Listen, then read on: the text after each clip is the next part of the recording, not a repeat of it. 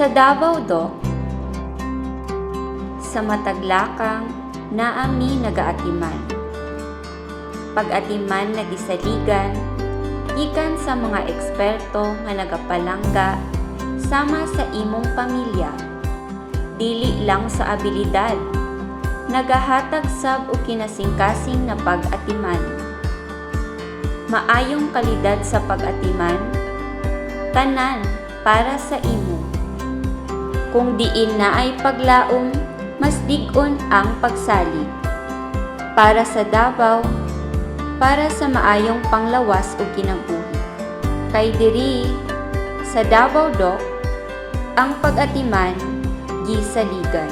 Sa Davao Doc, Sa Davao Doc, Sa Davao Doc, sa Davao Doc, sa Davao Doc, Sa Davao Doc, sa Davao Doc, ang pag-atiman, ang pag-atiman, ang pag-atiman, ang pag-atiman, ang pag-atiman, ang pag-atiman, ang pag-atiman, ang pag-atiman, Gisaligan. gisaligan.